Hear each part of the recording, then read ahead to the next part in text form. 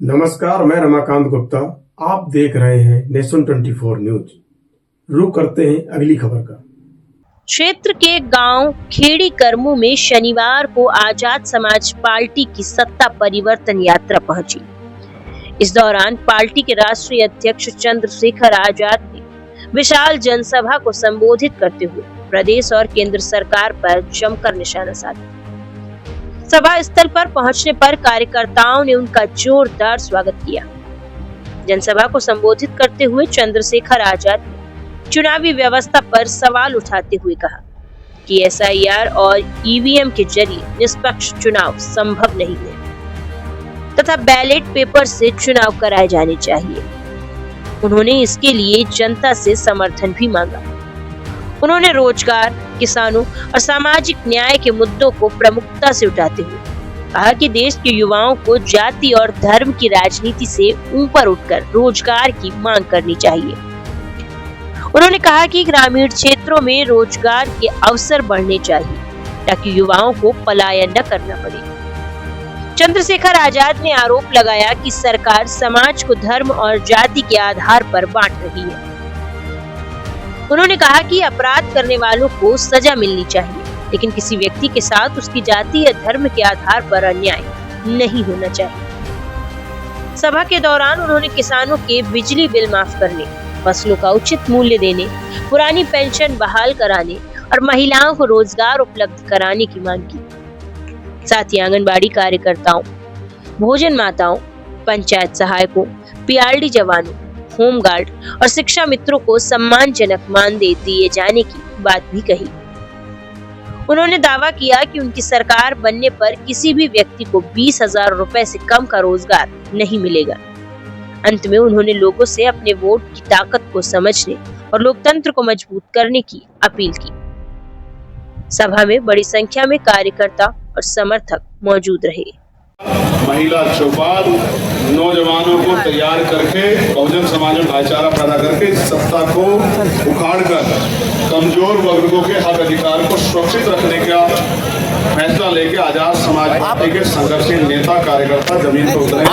भयंकर गर्मी में एक लक्ष्य को लेके कि उत्तर प्रदेश में परिवर्तन होना चाहिए और उत्तर प्रदेश के नौजवानों को, किसानों को, मजदूरों को, महिलाओं को उनके हक अधिकार मिलने चाहिए, चाहे वो कर्मचारी के रूप में हो, चाहे वो बेरोजगार के रूप में। आपके कार्यक्रमों को परमिशन नहीं मिल रही है।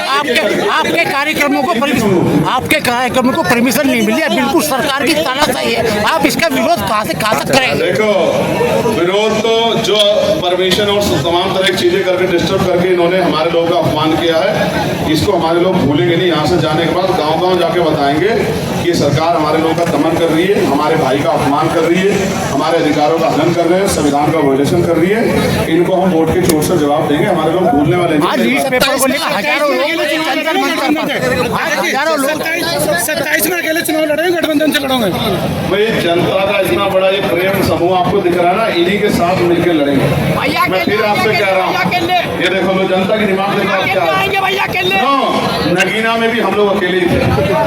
आप लोग वहाँ नहीं जा पाए क्योंकि आपको इधर का देखना था। नगीना में सब लोग मजाक बना रहे थे हमारी पार्टी संगठन का कि इनको 10,000 वोट, इनको 20,000, 50,000 मिल जाएंगे।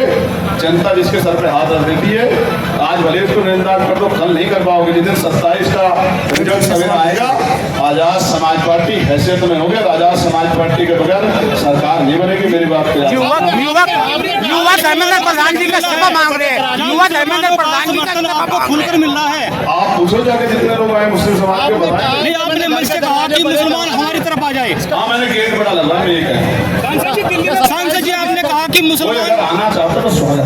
सांसद जी आपने लेकिन मैं फिर कह रहा हूँ, भाजपा को रोकने के लिए कोई हमारी मदद करने के लिए आएगा, कि हम मदद करना चाहते हैं तो हम उसका सम्मान हजारों युवा जंतर मंतर पर प्रदर्शन कर रहे हैं। सरकार ने नौजवानों को बर्बाद कर दिया है। धर्मेंद्र प्रधान जी का इस्तीफा होना चाहिए, नहीं होना चाहिए?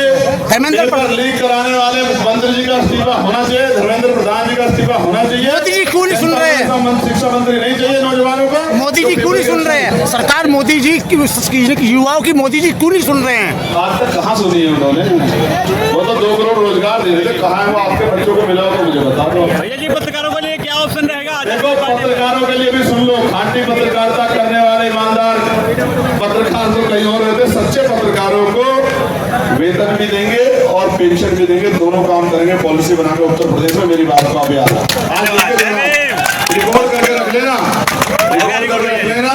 पत्रकार, सच्चे पत्रकार को, ईमानदार वाले नहीं जो लखनऊ में दिल्ली बैठे हैं, सच्चे पत्रकारों को वेतन भी देंगे, पेंशन भी देंगे, उनकी सुरक्षा भी करेंगे। आपकी पार्टी अगर वो हमारी आलोचना करेंगे तो आलोचना से सीख लेंगे, जहाँ गलती है उसको ठीक करेंगे, लेकिन उन पर मुकदमे करके उनको जेल नहीं।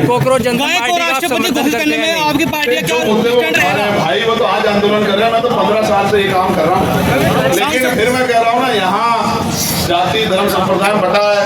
अब वो कहते हैं ना कि भाई